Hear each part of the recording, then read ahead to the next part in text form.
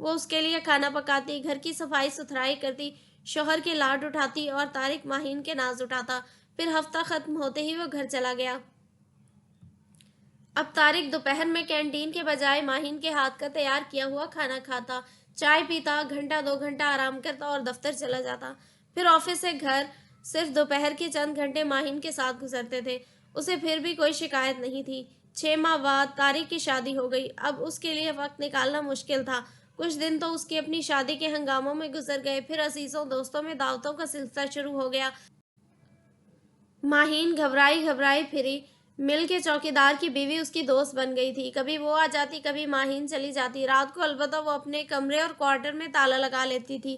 طارق نے اسے یہی ہدایت کی تھی، مگر راتیں ماہین کی ویران ہو گئی تھی۔ پھر وہ آفس آنے لگا اور اس کا پہلا جیسا روٹین بن گیا۔ ماہین نے ضد شروع کر دی کہ مجھے اپنے گھر لے چلو، میں تمہاری ماں کے ہاتھ پاؤں جوڑوں گی، انہیں منا لوں گی، مگر وہ مجھے اپنے پاس رکھ لیں۔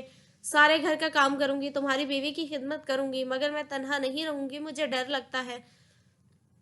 اس دن وہ بہت روئی۔ طارق سخت پریشان ہو گیا۔ اس نے کمال کو پکڑا۔ دیکھا، میں نہ کہتا تھا کہ 2 کشتیوں میں پاؤں رکھ دیا ہے، سوائے ڈوبنے کے اور کوئی صورت نظر نہیں آئی۔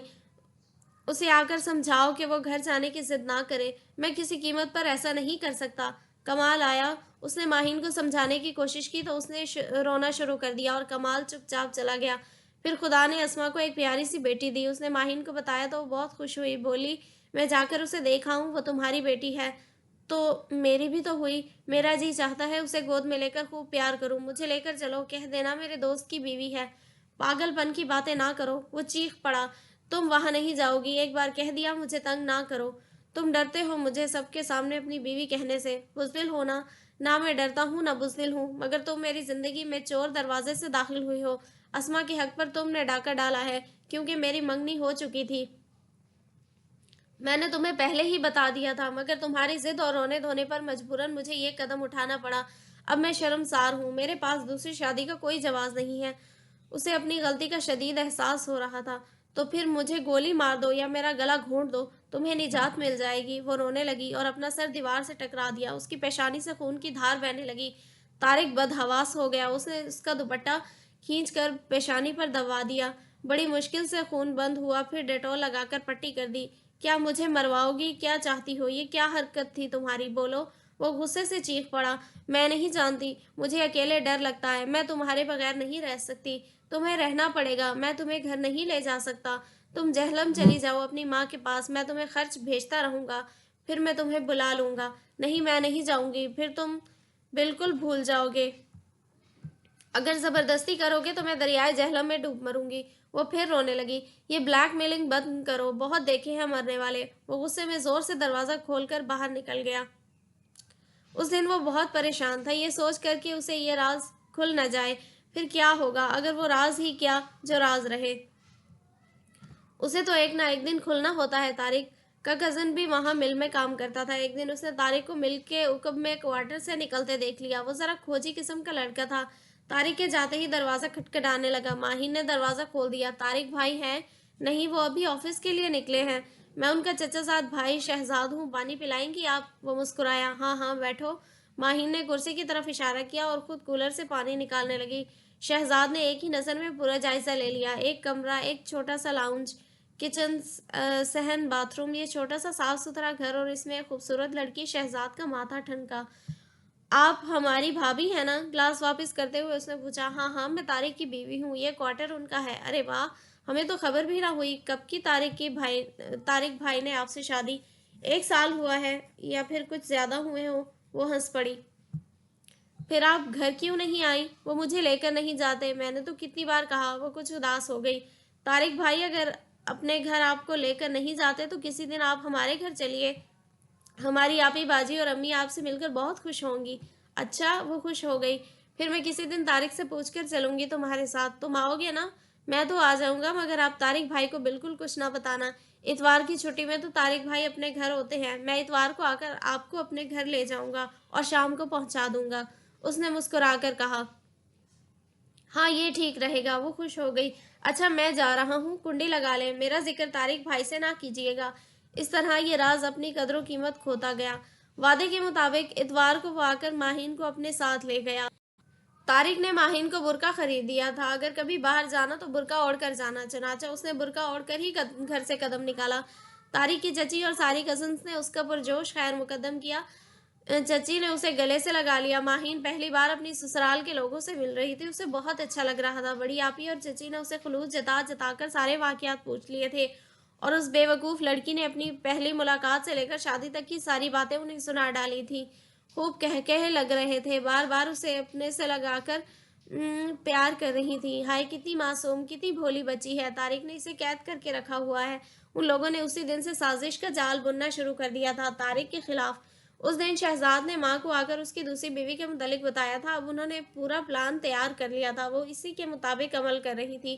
بڑھ چڑھ کر انہوں نے ماہین کی خاطر تواضع کی، خوب محبت جتائی، اسے اپنے ڈھب کا پا کر ساری باتیں پوچھ لی۔ اس نے تو کبھی ایسا ماحول، ایسے محبت کرنے والے لوگ نہیں دیکھے تھے۔ ان کا یہ حسن سلوک دیکھ کر ہواؤں میں اڑنے لگی۔ ان سے اس بڑھ کر اس کا کوئی اپنا نہیں تھا، اور وہ انہیں اپنا نجات دہندہ سمجھنے لگی۔ مگر اسے خبر نہیں تھی کہ طارق کے والد اور چچا کے تعلقات کشیدہ تھے۔ ایک مکان کے بیچنے پر سارا جھگڑا کھڑا ہو گیا تھا۔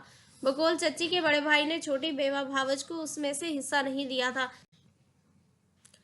جبکہ بڑے بھائی کے مطابق چھوٹی بھاوج کا سراسر یہ بہتان تھا۔ معلوم نہیں حقیقت کیا تھی، مگر دلوں میں میل آ چکا تھا۔ بڑے بھائی اور ان کی اولادیں تو سب کچھ بھول بھال چکی تھیں، اور ان کی اولاد نے اس کو اپنی انا کا مسئلہ بنا لیا تھا، اور ان کی ذرا ذرا سی غلطیوں کمزوریوں کی تشہیر کر کے انہیں شرمندہ اور ذلیل کرنے کی کوشش کرتی تھی۔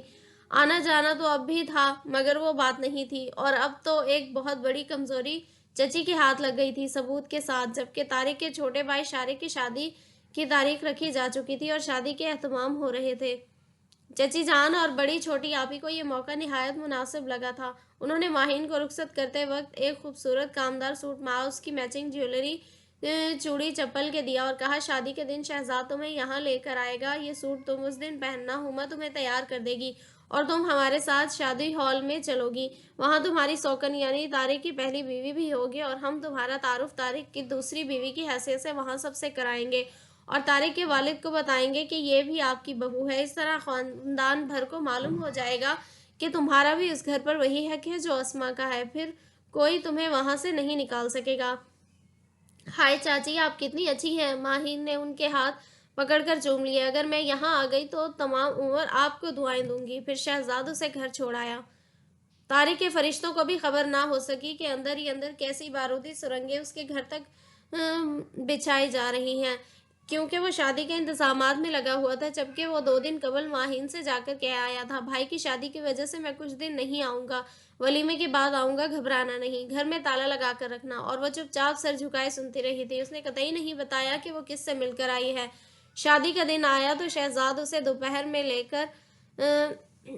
میں آ کر لے گیا۔ سب بہنوں نے اس کے ہاتھ پاؤں میں مہندی لگائی، پھر شام کو اسے وہی کامدار گرین سوٹ پہنایا، ہاتھ بھر بھر کر چوڑیاں پہنائی، اس کا میک اپ کیا، بال بنائے، اس کا جوڑا باندھا، اور بیلے کا ہار جوڑے میں لپیٹ دیا، وہ گلاب سجا دیے۔ اس کا روپ دمک اٹھا، ایسا بناؤ سنگھار تو طارق سے شادی کے وقت بھی نہ ہوا تھا اس کا۔ کون کرتا ہے، ایمرجنسی میں تو نکاح ہوا تھا۔ بڑی آپی نے اسے آئینے کے سامنے کھڑا کر دیا تو وہ اپنا روپ دیکھ کر شرما گئی، اور اس کا دل بے اختیار طارق کے سامنے جانے کے لیے ہمکنے لگا۔ دیکھنا ماہین، تمہارے سامنے آج طارق کی بیوی اسما کا روپ بھی ماند پڑ جائے گا۔ مگر طارق کا تصور آتے ہی وہ ڈر گئی۔ آپی، کہیں وہ مجھے وہاں دیکھ کر ناراض نہ ہو کہ تم یہاں کیسے آ گئی میری اجازت کے بغیر۔ وہ کچھ خوف زدہ سی نظر آنے لگی۔ ارے چھوڑو طارق کو، میں تو اسے وہ سناؤں گی کہ زندگی بھر یاد رکھے گا۔ خواہ اس نے تمہیں قیدی بنا کر رکھا تھا، اس نے تم سے نکاح کیا تھا، کوئی تمہیں بھگا کر تو نہیں لایا تھا، پھر اس نے کیوں چھپایا؟ چلو یہ کام ہم نے کر دکھایا۔ ہما نے اسے گلے سے لگا لیا، تب اسے تسلی ہو گئی۔ پھر سارے کے سارے جا کر ٹیکسی میں بیٹھ گئے۔ بارات 1 گھنٹہ لیٹ آئی تھی۔ آتے ہی ہلچل مچ گئی، پھولوں کی پتیاں نچھاور کی گئیں، ہار ڈالے گئے، اور فلش لائٹ کے جھماکے ہونے لگے۔ پھر نکاح ہوا اور دلہن دولہا کو سٹیج پر لا کر بٹھا دیا گیا۔ مووی بنی اور بوتلیں کھلنے لگیں۔ اسی اثنا میں ہما اپی ماہین کو سامنے لے آئیں۔ کمال نے طارق کو علیحدہ لے جا کر صورتحال سے آگاہ کر دیا تھا کہ تمہاری چچی نے شہزاد کو بھیج کر ماہین کو بلوایا تھا اور اسے سجا بنا کر ساتھ لے آئی ہیں، اور سب سے اس کا تعارف تمہاری دوسری بیوی کی حیثیت سے کرایا جائے گا۔ پورے خاندان کو معلوم ہو جائے گا کہ تمہاری دوسری بیوی کون ہے۔ طارق نے بڑی بے بسی سے کمال کو دیکھا۔ تمہیں کس نے بتایا یہ سب کچھ؟ اس نے سرگوشی میں کہا۔ مجھے شہزاد پر کچھ شک ہو گیا تھا، میں نے اسے پکڑا تو اس نے سب کچھ اگل دیا۔ اب تم سامنے مت آنا، گھر چلے جاؤ۔ اسے یہ سن کر طیش آ گیا اور وہ اندر جا کر آڑ میں کھڑا ہو گیا۔ بڑی آپی ماہین کو لیے ہر میز پر جا کر تعارف کے فرائض انجام دے رہی تھی۔ وہ حیران رہ گیا۔ ماہین پہچانی نہیں جا رہی تھی۔ اس کا یہ روپ سنگار، بھاری جوڑا جیولری، ہار پھول، معلوم ہوتا ہے یہ ساری تیاریاں چچی جان نے محض مجھے رسوا کرنے کے لیے کی تھیں، ورنہ انہیں میری پہلی یا دوسری بیوی سے کیا دلچسپی ہو سکتی تھی۔ خیر، میں ماہین کو اچھی طرح سمجھوں گا۔ اس کم ظرف لڑکی نے اپنے کو سمجھا کیا تھا؟ آسمان سے اتری ہوئی کوئی چیز؟ وہ اسی آڑ میں ہوتا ہوا باہر نکل گیا، پھر کہیں نظر نہ آیا۔ سارے ارمان، ساری خوشیاں، دیور کی شادی کے لیے کی ہوئی تیاریاں جھاگ بن کر بیٹھ گئیں۔ دل میں ایک ساتھ کتنے ہی تیر سنسناتے ہوئے اتر گئے۔ جب چچی اور بڑی آپی نے ان کی میز پر آ کر السلام علیکم کہا، ماہین نے بھی سلام کیا۔ وعلیکم السلام کہہ کر سب نے نگاہ اٹھا کر اس کی طرف دیکھا۔ تم نے انہیں پہچانا؟ یہ ماہین ہے، طارق کی دوسری بیوی۔ ہما اسما اور ان کی بہن بھاوج سے مخاطب تھی۔ پھر وہ اسما کی ماں کی طرف دیکھ کر بولی، بھئی آنٹی، یہ میرے پاس آئی تھی کہ میں انہیں آپ لوگوں سے ملواؤں۔ طارق تو لاتے نہیں تھے، اس لیے میں ملانے لے آئی۔ سب کو جیسے سانپ سونگھ گیا۔ اسما کی تو اسے دیکھ کر آنکھیں پتھرا سی گئی تھیں۔ ان کی ماں، بہن اور بھاوج کے چہرے دھواں دھواں ہو رہے تھے۔ پھر چچی ہنستی ہوئی آئی اور ماہین کو دوسری طرف لے گئی۔ تب اسما کی امی اور بہن نے طارق کی آپا عرشی سے کہا، عرشی، یہ میری بچی کے ساتھ کیسا مذاق کیا ہے طارق نے؟ ہمارے ساتھ کیوں یہ کھیل کھیلا گیا ہے؟ بھری محفل میں ہمارے منہ پر تماچے مارے گئے، ہمیں ذلیل کیا گیا۔ پہلے کیوں نہ بتایا کہ اس نے ایک اور کر رکھی ہے تو ہم یہ تماشا دیکھنے نہ آتے۔ بلاؤ، کہاں ہے طارق؟ خالہ جان، خدا گواہ ہے کہ ہمیں کچھ نہیں معلوم تھا، نہ ہم نے آج تک اس کی شکل دیکھی تھی۔ وہ آ تو جائے، میں خود اس سے پوچھوں گی کہ اس نے ایسا کیوں کیا۔ طارق کہیں نہیں ملا تھا، ہر جگہ ڈھونڈا جا رہا تھا۔ ہم کیسے مان لیں کہ تمہارے بھائی نے اتنا بڑا کارنامہ انجام دے دیا اور تم لوگ بے خبر رہے؟ اسما کی بھاوج اور بہن ہتے سے اکھڑ گئیں اور اسما نے رونا شروع کر دیا۔ عرشی اپنی جگہ چور بن گئی۔ اس کے پاس اپنی صفائی کے لیے کوئی لفظ نہیں تھا۔ ماہین کے جیتے جاگتے وجود کے ساتھ ہر دلیل بے معنی ہو گئی تھی۔ اسے چچی پر غصہ آ رہا تھا اور اپنے بھائی پر۔ ان سے زیادہ کمبخت مجھے ہی چپکے سے بتا دیتا، یہ نوبت تو نہ آتی، مگر اب تو تیر کمان سے نکل چکا تھا۔ وہ ان کی کڑوی کسیلی باتیں سنتی رہی اور خاموش رہی۔ چچی نے سب سے پہلے مہمانوں کے ساتھ ماہین کو گھر پہنچایا، اس کے بعد دلہن کے ساتھ اور لوگ آنا شروع ہوئے۔ ماں نے کہا، اسما اپنی تیاری کر لے، تجھے ساتھ لے کر جاؤں گی۔ اب یا تو تیری سوکن یہاں رہے گی یا تو رہے گی، میں ان کے بیچ تجھے چھوڑ کر نہیں جاؤں گی۔ اسما بھی تیار ہو گئی۔ اس کے بعد طارق آیا اور اسما کو اوپر ٹیرس میں لے کر چلا گیا۔ اسما، مجھے سب کچھ پتہ چل گیا۔ میں شرمندہ ہوں کہ چچی اور ہما آپی نے میری دوسری بیوی کی حیثیت سے اس کا تعارف کروا کر سب کو ذلیل کرنے کی کوشش کی ہے، تمہیں اور تمہارے گھر والوں کو ٹارچر کیا، ان کی توہین کی۔ مجھے بے حد افسوس ہے کہ چچی نے ہم سے انتقام لیا ہے۔ یہ بھی نہیں سوچا انہوں نے کہ ہماری عزت ان کی عزت تھی۔ ہم سب ایک ہی باغ بلکہ ایک ہی درخت کے پھول ہیں، ہمارے اور ان کے بچوں کی رگوں میں ایک ہی خون دوڑ رہا ہے۔ پھر یہ تفریق کیوں؟ نفرت کیسی؟ کیوں؟ کیا وہ آپ کی دوسری بیوی نہیں تھی؟ اس نے آپ نے نکاح نہیں کیا تھا؟ اسما نے تڑق کر پوچھا۔ ضرور تھی اسما، مگر وہ ایک محض حادثہ تھا، میری غلطی تھی، سراسر حماقت تھی۔ میں تمہیں بتانے والا تھا مگر دشمن اپنا وار چل گیا۔ میں کچھ نہیں جانتی، میرے گھر والوں کی بڑی بے عزتی ہوئی ہے، میرے اعتماد کو آپ نے کرچی کرچی کر دیا۔ آخر میرا قصور کیا تھا طارق، جو آپ نے مجھے دولخت کر دیا؟ کیا وہ مجھ سے زیادہ خوبصورت، مجھ سے زیادہ تعلیم یافتہ اور خاندانی تھی؟ کیا کمی تھی مجھ میں؟ اسما رو پڑی۔ طارق نے اسے اپنی باہوں میں لے لیا اور بڑی درد مندی سے بولا، باخدا اسما، اس میں کوئی بات نہ تھی، تم ہر طرح اس سے اعلیٰ و ارفع ہو، تم میری رفیق ہو، شریک حیات ہو، سمجھنے کی کوشش کرو۔ ولیمہ ہو جانے دو، میں اسے ہمیشہ کے لیے یہاں سے بھیج دوں گا، مگر ابھی میری بات مان لو، شادی کا گھر ہے، مجھ سے کوئی سوال نہ کرو، میں کوئی جواب نہ دے سکوں گا۔ وہ سخت پریشان تھا۔ ٹھیک ہے، پھر ولیمے کے بعد میرے بھائی اور والدین کو مطمئن کر کے مجھے لے آئیے گا۔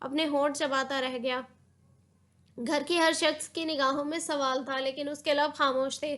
رات کو جب سب لوگ آرام کے غرض سے لیٹ گئے تو طارق غصے میں بھرا اوپر آ گیا۔ اس وقت ماہین نسبتاً ہلکے کپڑے پہنے اسما کی مسہری پر نیم دراز شاید طارق کا انتظار کر رہی تھی۔ وہ بھاری کام کا گرین سوٹ جو اس نے شادی میں پہنا تھا صوفے پر پڑا تھا۔ وہ نہایت تیزی سے دھم دھم کرتا اندر چلا گیا اور دروازہ بند کر دیا۔ ماہین گھبرا کر اٹھ بیٹھی۔ نیچے اترو، وہ دھاڑا اور ماہین جلدی سے اتر کر نیچے کھڑی ہو گئی۔ طارق نے آگے بڑھ کر ایک زور کا تھپڑ اس کے منہ پر مارا، وہ لہرا گری۔ پھر دوسرا تھپڑ اس سے زیادہ زور سے پڑا تو وہ گر پڑی اور سسکیاں لینے لگی۔ اس نے ماہین کو ایک جھٹکے سے اٹھا کر صوفے پر بٹھا دیا۔ وہ تھر تھر کانپ رہی تھی۔ بتاؤ، تم یہاں کس کی اجازت سے آئی تھی؟ تمہیں کون لایا تھا؟ بولو۔ اس نے ڈرتے ڈرتے سر اٹھایا، کچھ کہنے کے لیے زبان کھولی مگر آواز حلق میں پھنس گئی۔ وہ کچھ نہ بول سکی۔ مجھے معلوم ہے تمہارے پر لگ گئے ہیں، تم اڑنے لگی ہو، اپنی اوقات بھول گئی۔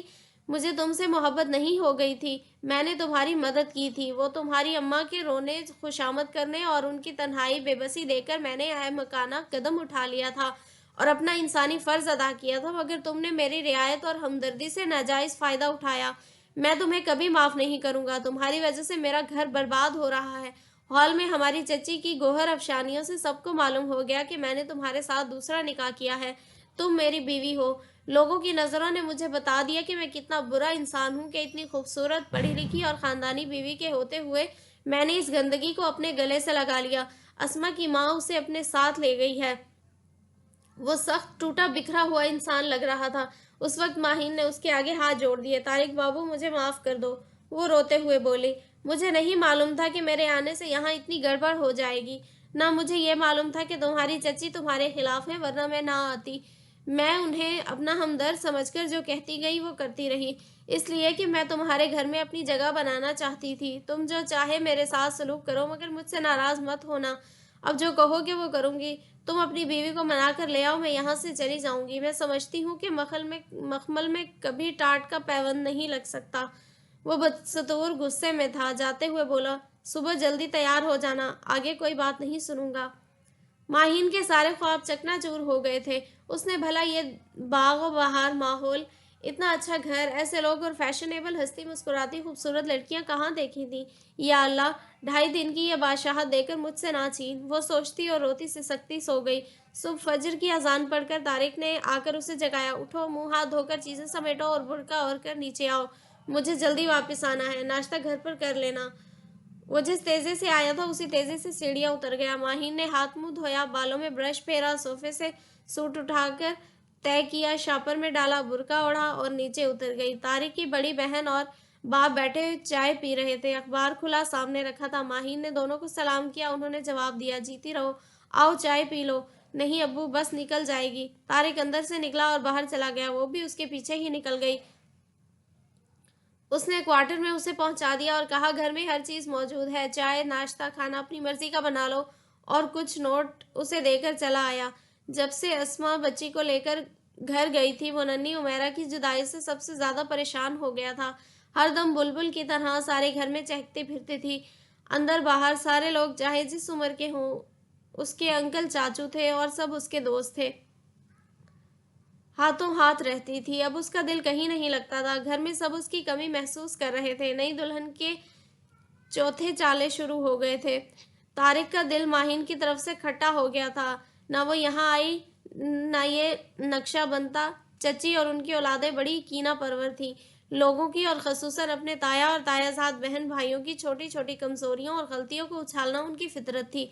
سو انہوں نے جو کیا اپنی فطرت کے مطابق کیا۔ تایا اور منجلی بہو اسما کو لینے گئی تھی، مگر ان کے والدین اور بھائی کا مطالبہ تھا کہ جب تک ماہین کو طلاق نہیں ہوگی ہم اسما کو نہیں بھیجیں گے۔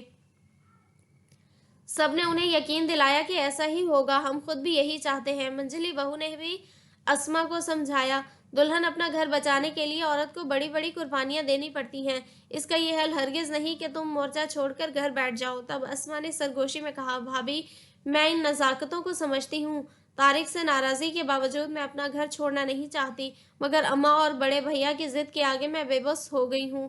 آپ آتی رہیے گا، میں باجی سے کہوں گی کہ وہ اماں اور بھیا کو سمجھائیں۔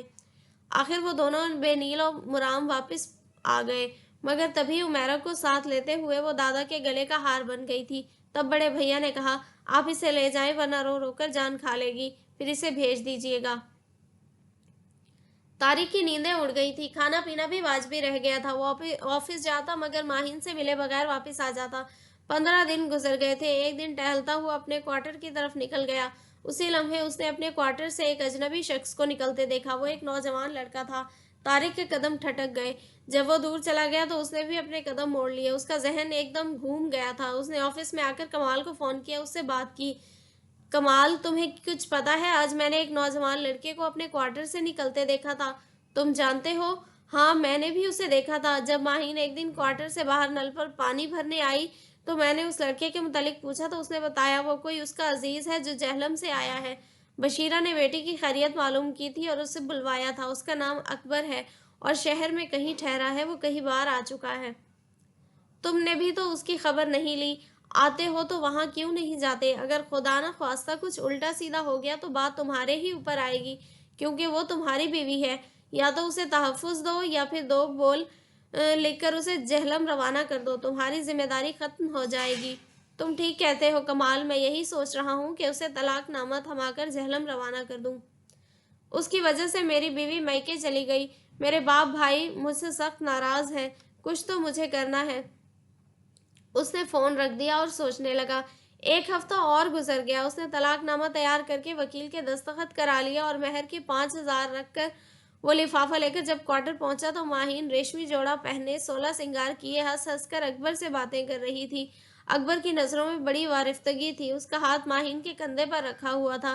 طارق کمرے کے دروازے کو دھکا دے کر اندر چلا گیا۔ وہ دونوں اسے دیکھ کر گھبرا کر پلنگ سے کھڑے ہو گئے۔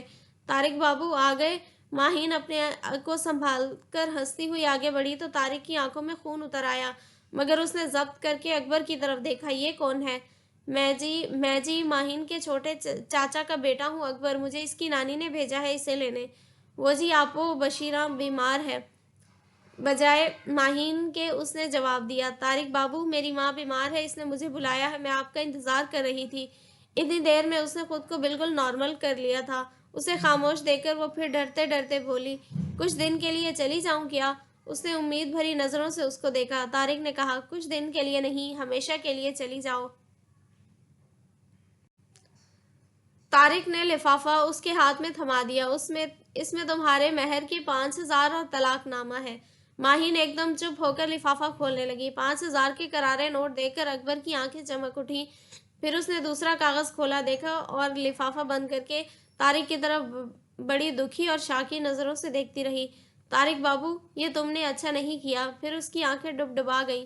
تمہارے لیے یہی اچھا تھا ماہین، تم ہمارے ساتھ زیادہ دن نہیں چل سکتی تھی۔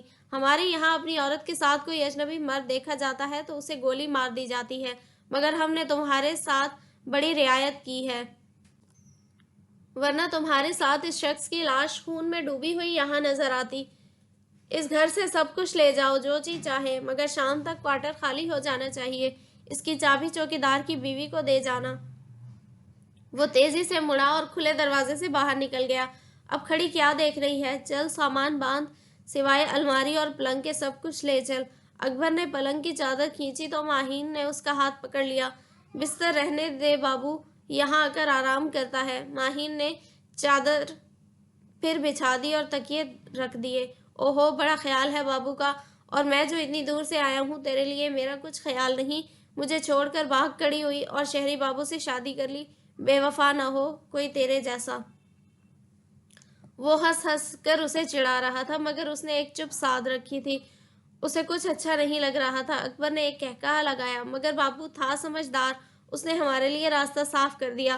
وہ اپنی روح میں کہتا جا رہا تھا اور سامان باندھتا جا رہا تھا، مگر وہ خیالوں میں دور تک چلی گئی، جہاں ماضی قریب کی پتھریلی کانٹوں بھری گزرگاہیں، اونچی نیچی پگڈنڈیاں تھیں۔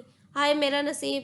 اب پھر وہی شب و روز لکڑیاں چن کر جنگل سے لانا، گائے بھینسوں کی گندگی سمیٹنا، اپلے تھاپنا، نہر سے پانی لانا اور کچے پکے جھونپڑیوں میں رہ کر ایک ایک چیز کو ترسنا۔ وہ بے خبری بھی کتنی بڑی نعمت تھی، دنیا کے حسن اور زندگی کی قدر و قیمت سے ناآشنا، کم میں شکوہ نہ زیادہ کی ہوس۔ نہ وہ یہاں آتی نہ طارق بابو سے ملتا۔ پھر اس کی نگاہوں میں حالات کی فلم چلتی رہی اور شادی کے ہنگاموں کے بعد تو جیسے زندگی کے سارے ہنگامے ہی سر پڑ گئے۔ اسے دیس نکالا مل گیا۔ کاش آگہی کا یہ لمحہ آنے سے پہلے ہی اس کی سانسیں تھم جاتی، دل بند ہو جاتا۔ ماہین سوچتی جاتی،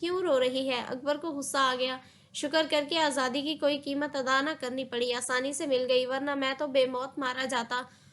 پھر وہ اس کے پاس آیا اور محبت سے گندھے لفظوں میں کہا، بابو جیسا گھر مکان تو میں تجھے نہیں دے سکتا، مگر دل کا پورا جہاں تیرے نام کر دوں گا، تو وہاں کی ملکہ ہوگی، چل اب اٹھ، شاباش۔ اس نے اس کا ہاتھ پیار سے تھاما تو وہ کھڑی ہو گئی۔ طارق کا بڑا سا بیگ اس نے پلنگ کے نیچے سے کھینچا، اس میں ماہین نے شادی کے سارے کپڑے، چاچی کا دیا ہوا بھاری کام کا green suit, jewellery box, sandal, چپل، بیوٹی باکس رکھ کر اس کی زپ بند کر دی۔ باقی برتن وغیرہ سودا لانے والے تھیلے میں رکھ لیے، حتیٰ کہ چائے، چینی، چاول، مسالہ اور گھی کے ڈبے، آٹا وغیرہ بھی تھیلے میں ٹھونس لیے۔ اس کے بعد اکبر نے الماری کھول کر اس کا جائزہ لیا، اس میں طارق کے 2-3 سوٹ ٹنگے نظر آئے۔ وہ اس کی طرف لپکا تو ماہین نے آگے بڑھ کر جھٹ الماری بند کر دی اور غصے میں بولی، شرم نہیں آتی تجھے دوسروں کے مال پر نیت خراب کرتے ہوئے؟ ارے جھلی، یہ سوٹ میرے کام آ جاتے، میں بھی کچھ دیر کے لیے کوٹ پینٹ پہن کر بابو بن جاتا۔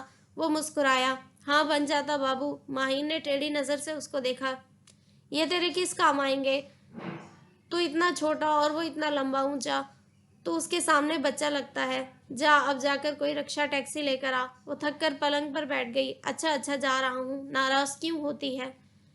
وہ ہنستا ہوا باہر نکل گیا اور اسے پھر طارق یاد آ گیا۔ دل نے کہا، طارق ایک بے رحم انسان تھا، نہیں وہ بہت اچھا تھا، میں ہی اس کے قابل نہ تھی۔ یہی کچھ سوچتے ہوئے وہ لوگ 2 گھنٹے قبل ہی اسٹیشن پہنچ گئے تھے۔ اس نے برقع اوڑھا ہوا تھا، وہیں انہوں نے کچھ کھایا پیا، پھر ماہین نے کچھ نوٹ دیے کہ جا کر جہلم کے 2 ٹکٹ لے آ، باقی پیسے مجھے لا کر دینا۔ اس نے پرس بند کر کے رکھ لیا۔ اچھا بیگم صاحبہ، جو حکم، خادم حاضر ہے۔ وہ ہنستا ہوا چلا گیا۔ طارق نے طلاق نامے کی فوٹو کاپی اسما کے بھائی کو بھجوا دی اور کہا، اگر تصدیق کرنا چاہو تو کچہری جا کر منور علی ایڈوکیٹ سے معلوم کر لو۔ 1 ہفتے کے بعد تایا جان بہو کو جا کر گھر لے آئے۔ میں نے تم سے کہا تھا نا، یہ محض ایک حادثہ تھا۔ باہر نکلنے والے مردوں کو نت نئے حادثوں اور مصیبتوں سے گزرنا پڑتا ہے۔ حادثے ٹریفک کے بھی ہو سکتے ہیں، جہاز بھی کریش ہو جاتا ہے اور ٹرینیں بھی پٹری سے اتر جاتی ہیں، اور حادثے وہ بھی ہوتے ہیں جہاں انسان کی عقل گنگ رہ جاتی ہے، سوچیں بدل جاتی ہیں اور سمتیں کھو جاتی ہیں، مگر وقتی اور لمحاتی طور پر میں بھی کچھ اسی قسم کے حادثے سے 2-4 ہو گیا تھا اسما، جبکہ ہر بات میں نے تم پر واضح کر دی تھی، مگر تم نے یقین نہیں کیا، اعتبار کی ہر دلیل مسترد کر دی۔ اگر تمہیں مجھ سے محبت ہوتی تو تم شادی کے بھرے ہوئے گھر سے اس طرح اٹھ کر اپنی ماں کے ساتھ نہ چلی جاتی۔ تمہیں زندگی میرے ساتھ گزارنی تھی یا میرے بھائی یا ماں کے ساتھ؟ یہ نہیں سوچا تم نے کہ باوفا عورت اپنے گھر اور شوہر کی خاطر دنیا کو ٹھکرا دیتی ہے؟ تم کیسی بیوی تھی کہ ہر قدم پر مجھے شکست دیتی چلی گئی؟ تمہارے گھر کے ہر فرد نے مجھ پر عدالتیں کھول دی، مجھے اشتہاری مجرم بنا ڈالا، میں سب سے اپنا منہ چھپاتا پھرتا رہا۔ طلاق تو مجھے اسے دینی ہی تھی، مگر میں نے سوچ لیا تھا کہ جب تک تم خود نہیں آؤ گی میں تمہیں لینے نہیں جاؤں گا۔ اسما، اگر کبھی مجھ سے اس سے بڑی کوئی غلطی سرزد ہو گئی تو تم میرا کیا ساتھ دو گی؟ اوروں کے ساتھ تم بھی مجھے پتھر مارو گی؟ اس رات طارق بے حد بکھرا ہوا تھا، اسے اسما کی طرف سے شوق پہنچا تھا۔ اسما نے طارق کے دونوں ہاتھ تھام کر اپنی آنکھوں سے لگا لیے۔ آپ میرے مالک، میرے سرتاج ہیں، خدا گواہ ہے کہ میں بھی بہت مجبور تھی۔ اس واقعے نے امی کا بی پی ہائی کر دیا تھا، ان کے دل کی حرکت دگرگوں ہو گئی تھی۔ گھر جاتے ہی بڑے بھیا ڈاکٹر لے آئے، اس نے دوا دی، انجیکشن لگایا، تب جا کر وہ سوئی تھی، ورنہ راستے بھر وہ روتی آئی تھی۔ ایسی حالت میں اگر میں انکار کر دیتی تو یقیناً انہیں ہارٹ اٹیک ہو جاتا۔ مجھے آپ پر یقین تھا، میں آپ کی حیثیت سمجھتی تھی، مگر وہ موقع ایسا نہیں تھا۔ اب آپ جو جی چاہے سزا دے دیجیے، میں سر جھکا دوں گی، مگر میری وفا پر شک نہ کیجیے۔ اسما اس کے ہاتھوں پر اپنی پیشانی جھکا کر رو پڑی۔ بس اس جگہ آ کر وہ ہار جاتا تھا۔ کسی کے آنسو، خصوصاً عورت کے آنسو، وہ برداشت ہی نہ کر سکتا تھا۔ دل کا اتنا نرم، مروت میں اتنا پاگل تھا کہ ماہین کے آنسو اور اس کی ماں کا رونا تڑپنا اس سے نہ دیکھا گیا، اور جذبات میں آ کر وہ کچھ کر بیٹھا جو کسی طرح درست نہیں تھا۔ اس نے اسما کو تو کسی نہ کسی طرح منا لیا تھا، مگر وہ اپنے ضمیر سے آج بھی شرمندہ تھا کہ اس نے اپنے اختیار اور طاقت کا غلط استعمال کیا تھا۔ اللہ اسے معاف فرمائے۔